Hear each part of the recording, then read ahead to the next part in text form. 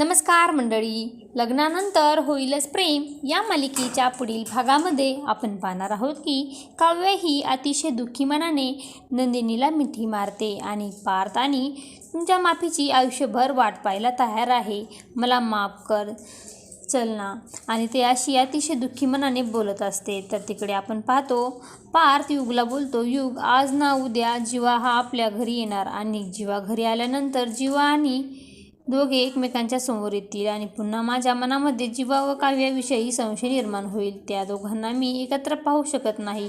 आणि तेव्हा पार्थचे सर्व बोलणे काव्य देखील ऐकत असते आणि काव्याला मात्र अतिशय राग येतो. तर तिकडे आपण पाहतो नंदिनी ही अतिशय प्रेमाने जीवाला आपल्या हाताने घास भरवत असते आणि ती बोलते की हा घास आईचा, आणि त्यानंतर आणखीन एक घास भरवते. तर तेव्हा जीवा विचारतो, हा घास कोणाचा?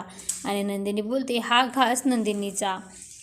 आणि तेव्हा दोघेही अतिशय आनंदी झालेले असतात. आता पुढे येणाऱ्या भागामध्ये नंदिनी ही जीवाला माफ करून आपल्या घरी येणार का हे पाहणे, त्याचबरोबर पार्थ देखील काव्याला माफ करणार का हे पाहणे अतिशय रंजक ठरणार आहे.